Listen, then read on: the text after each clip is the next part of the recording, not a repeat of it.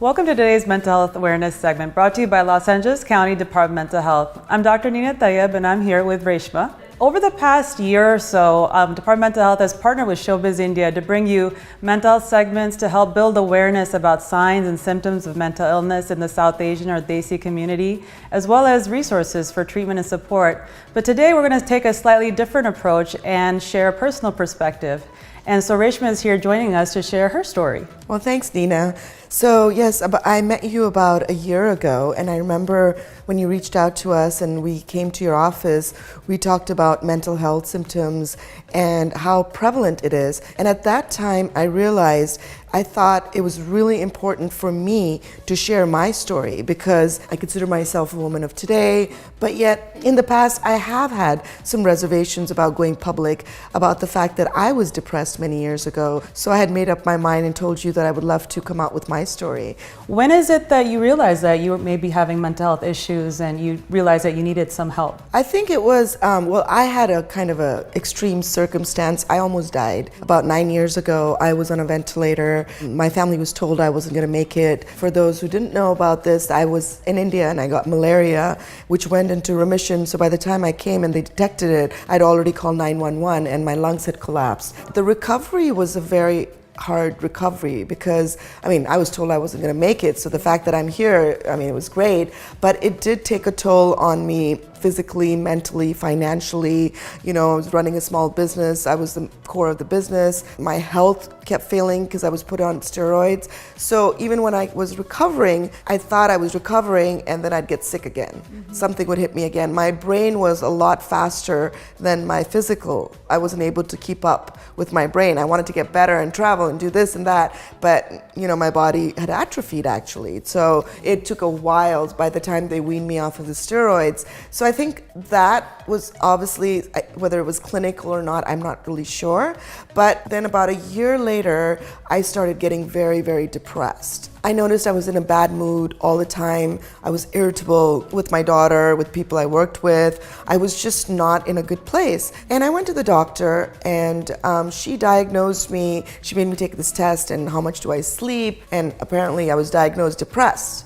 But I didn't want to believe that because I feel like I'm such a positive person. I was like, no, I can't be depressed. I'm fine. I'm putting my life back together. So I think that was the first time I realized I was depressed. Wow, that's really a powerful story, and I think also very important to remember for a lot of people, they don't realize that mental health and physical health are very much connected. And even though it took the span of almost a year, it sounds like, they did impact each other in your life as well. It sounds like you finally did come around to asking for help, but what types of things were you thinking, or did you have any hesitations about asking for help, whether it be maybe not understanding what was going on or what other people would think? I think that was my first knee-jerk reaction when she told me, I'm diagnosing you depressed. I didn't want to believe her. I said, oh, no, I'm a very positive person. I have a good outlook in life. I'll just exercise more so my serotonin may be low. And, and I did. I started going on the gym more, thinking it's going to get better. And I still didn't want to believe it. Till one day, I remember I told my mom, and she actually was the one who motivated me because mental health illness actually lies in my family that I didn't know about. When I told her, Mom, I don't feel like going out anymore. I don't want to talk to anybody at a party. And I think people think that I'm being stuck up, but I'm not. I just don't want to talk to anybody. And sometimes I don't even feel like getting out of bed. That's when she said, you're depressed. You need to go seek help.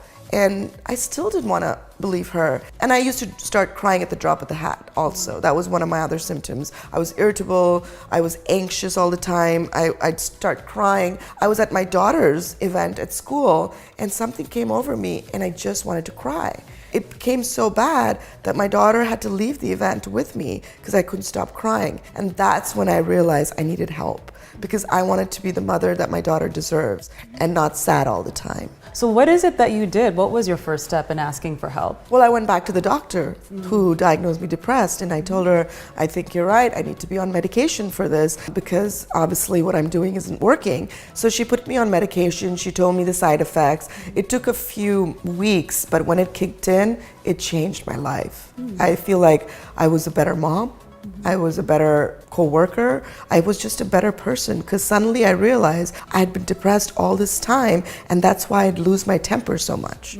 And it was not I was mean, but I was depressed, and I became more patient, which I thought was great. Not only better for you, but also everyone around you Absolutely, as well. yes. Yeah. You went into treatment, it sounds like. What's that process been like for you? Because as we talked about in our segments, it's not just about one time getting medication or one time talking to a counselor. It is a process, and it is sort of different for everybody. What's that been like for you, that experience? Well, I think learning is a lifelong process.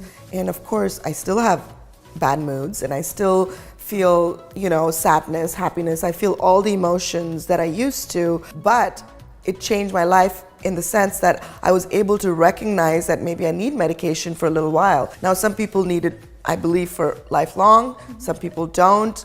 I'm not sure, whatever it works for you, I think is okay too, whether you want to need it lifelong or not. But also, like I said, so I just work with myself. When I'm feeling down, I can talk to somebody, I haven't done counseling as much as I should, only because I'm traveling a lot. But I encourage my daughter to do it if she's down. I think these are all powerful methods that we have in today's world, and people need to stop feeling shy about admitting that they're depressed. It's okay. None of us are perfect, and it's great to go out and seek help. It sounds like your family has played a huge role in supporting you through this process, but also you're sort of sharing that with your full family, which I think is wonderful. And I think as a community, that's something that we really need to strengthen within ourselves. Absolutely. Like my aunt, for example, from the outside, you would think she has got the best life. She comes from a very nice family. She's married to my uncle, and they've got no problems with finances. They've got 2 great kids. She's got grandchildren.